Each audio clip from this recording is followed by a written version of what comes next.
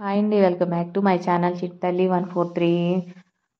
అందరికీ దసరా నవరాత్రుల శుభాకాంక్షలు అండి. దసరా నవరాత్రుల్లో మొదటి రోజు బాలా త్రిపుర సుందరి అమ్మకి పూజను ఇలా చేసుకున్నాను. నేను లక్ష్మీ అమ్మవారిని అమ్మవారిలా భావించి ఆ అమ్మకే పూజలు చేస్తున్నాను. నేను ఇలా అమ్మ దగ్గర విఘ్నేశ్వరుణ్ణి, కామాక్షి అమ్మని ఇలా ఏర్పాటు చేసుకున్నాను. అలాగే పసుపు కుంకుమలు ఎప్పుడు నిండుగా ఉండాలని పసుపు కుంకుమలు రెండు వైపులా ఏర్పాటు చేసుకున్నాను.